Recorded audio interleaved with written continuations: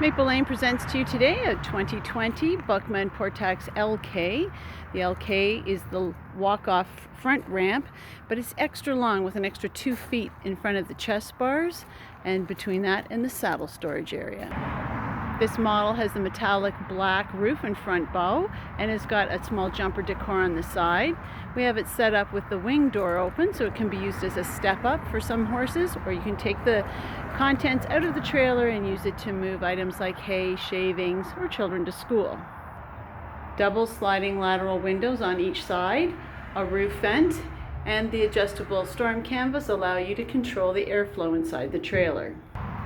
Portable feed or water buckets come with your trailer, and you can access your tack from inside or outside the trailer. Simply move over the front stall divider and you'll be able to walk your horse out the front.